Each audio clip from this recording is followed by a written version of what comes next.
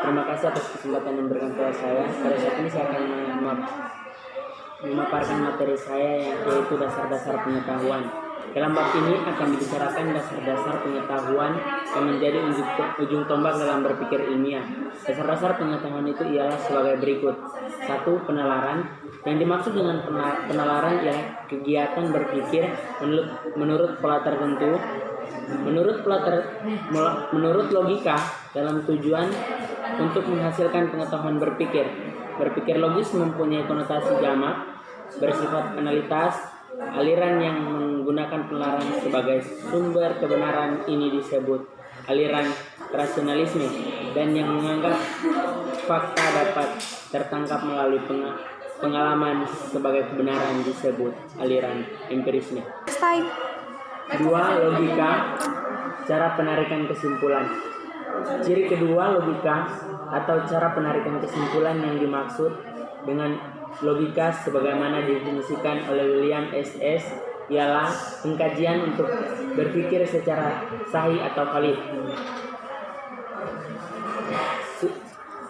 Sumber pengetahuan. Sumber pengetahuan dalam dunia ini berawal dari sikap manusia yang meragukan setiap gejala yang ada di alam semesta ini. Kriteria kebenaran. Salah satu kriteria kebenaran adalah adanya konotasi dengan pernyataan terlebih dahulu yang dianggap benar. Beberapa kriteria kebenaran diantaranya sebagai berikut. 1. Teori koherensi atau konsisten. Yang dimaksud dengan teori koherensi ialah bahwa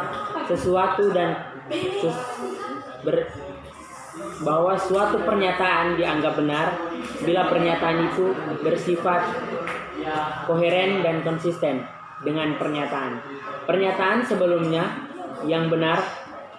Contohnya ialah matematika yang bentuk pembentukannya berdasarkan teori koheren. Yang kedua yaitu teori korespondensi atau pernyataan sesuai kenyataan. Teori korespondensi dipelopori oleh Bertrand Russell. Dalam teori ini, satu pernyataan dianggap benar apabila materi pengetahuan dikandung berkorespondensi dengan objek yang dituju oleh pernyataan tersebut. Yang ketiga, teori pragmatis atau kegunaan di lapangan. Tokoh utama dalam teori ini ialah Charles S.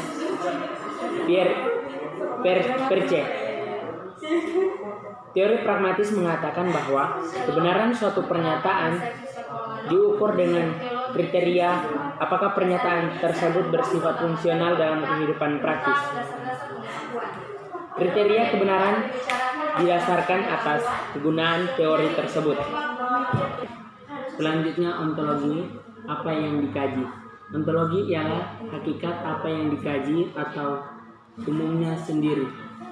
Seorang filosofi yang bernama Demoritus menerangkan prinsip-prinsip materialis mengatakan sebagai berikut. Ilmu merupakan pengetahuan yang mencoba menafsirkan alam semesta ini seperti adanya. Yang kedua, epistemologi, yaitu cara mendapatkan kebenaran. Yang dimaksud dengan epistemologi ialah bagaimana mendapatkan pengetahuan yang benar. Beberapa hal yang perlu diperhatikan dalam mendapatkan pengetahuan. 1. Batasan kajian ilmu. 2. Cara menyusun pengetahuan. 3. Diperlukan landasan yang sesuai dengan ontologis dan eksologis ilmu itu sendiri. 4. Penjelasan diarahkan pada deskripsi. 5. Metode ilmiah harus bersifat sistematik dan kelas eksplisit. 6. Metode ilmiah tidak dapat diterapkan kepada pengetahuan yang tidak tergolong pada kelompok ilmu tersebut. Yang ketujuh, ilmu mencoba mencari penjelasan mengenai alam dan menjadikan kesimpulan yang bersifat umum dan impersonal. Yang kedelapan, karakteristik yang menonjol kerangka pemikiran teoritis. A. Ilmu eksakta, yaitu deduktif, rasio, dan kuantitatif. Yang B itu ilmu sosial, induktif, empiris, dan kualitatif. 10. Kerangka ilmiah. Perumusan masalah, pertanyaan tentang objek empiris yang jelas, batas-batasnya, serta dapat didefinisikan faktor-faktor yang terkait di dalamnya. 2. Penyusunan kerangka teori dalam pengajuan hipotesis. 3. Pengujian hipotesis. 4. Penarikan kesimpulan. 11. Sarana berpikir ilmiah.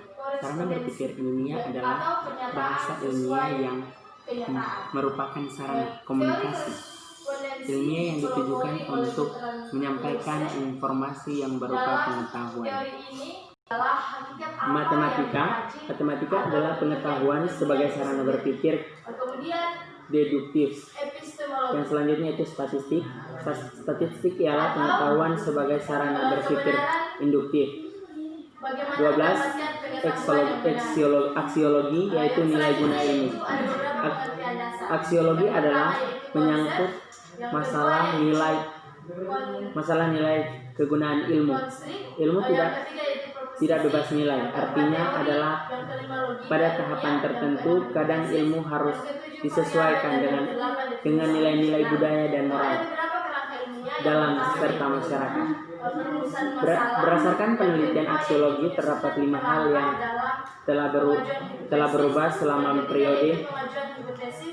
Yang keempat, penarikan kesimpulan. Perkembangan teknologi tersebut. 1. Perubahan-perubahan dalam struktur industri. 2. Perubahan-perubahan dalam struktur pasar. 3. Perubahan-perubahan dalam struktur kepegawaian. 4. Perubahan-perubahan struktur masyarakat. 5. Perubahan dalam nilai-nilai sosial. Demikianlah materi yang dapat saya sampaikan. Lebih dan kurangnya saya mohon maaf apabila dalam pengucapan kata-kata ada yang kurang berkenan di hati saudara-saudari. Terima kasih dan shalom.